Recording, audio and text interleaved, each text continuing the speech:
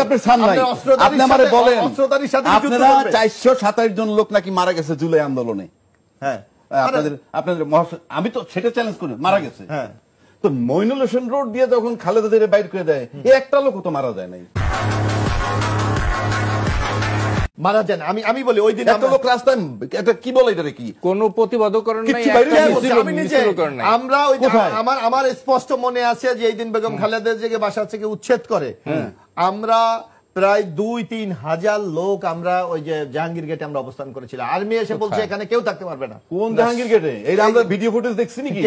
আরে আমরা ছিলাম তো, আমরা দেখেছি তো সেখানে। কিন্তু বাংলাদেশে আপনি সরবেন না, দুইজন মারা যাবে। না না, আপনার কথা তাইলে আমি বুঝবো যে একটু আপনি আমার একটু বলতে দেন। আপনি আপনি কি বলতে দেন না?